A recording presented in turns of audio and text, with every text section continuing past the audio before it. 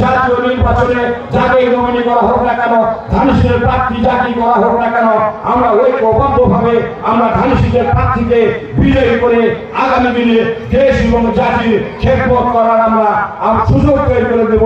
এই আশা ব্যক্ত রেখে সবার সুস্বাস্থ্য দীর্ঘায়ু কামনা করে যারা দীর্ঘক্ষণ ধরে আমাদের নেতৃবৃন্দর গুরুত্বপূর্ণ বক্তব্য এই মঞ্চ থেকে শুনলেন, সবাইকে আমি আমার অন্তরস্থল থেকে ধন্যবাদ এবং মনোভাব জানিয়ে সর্বশেষে আমাদের আজকের প্রধান অতিথির বক্তব্য সবাই শুনবেন এই আশা ব্যক্ত রেখে আমার কথা এখানে শেষ করছে। আল্লাহ হাফেজ। বাংলাদেশের জিন্দাবাদ, বাংলাদেশের জাতীয়তাবাদী দল জিন্দাবাদ, শহীদ জিয়াউল হক, আপসহীন দেশের বেগম খালেদা জিয়া জিন্দাবাদ।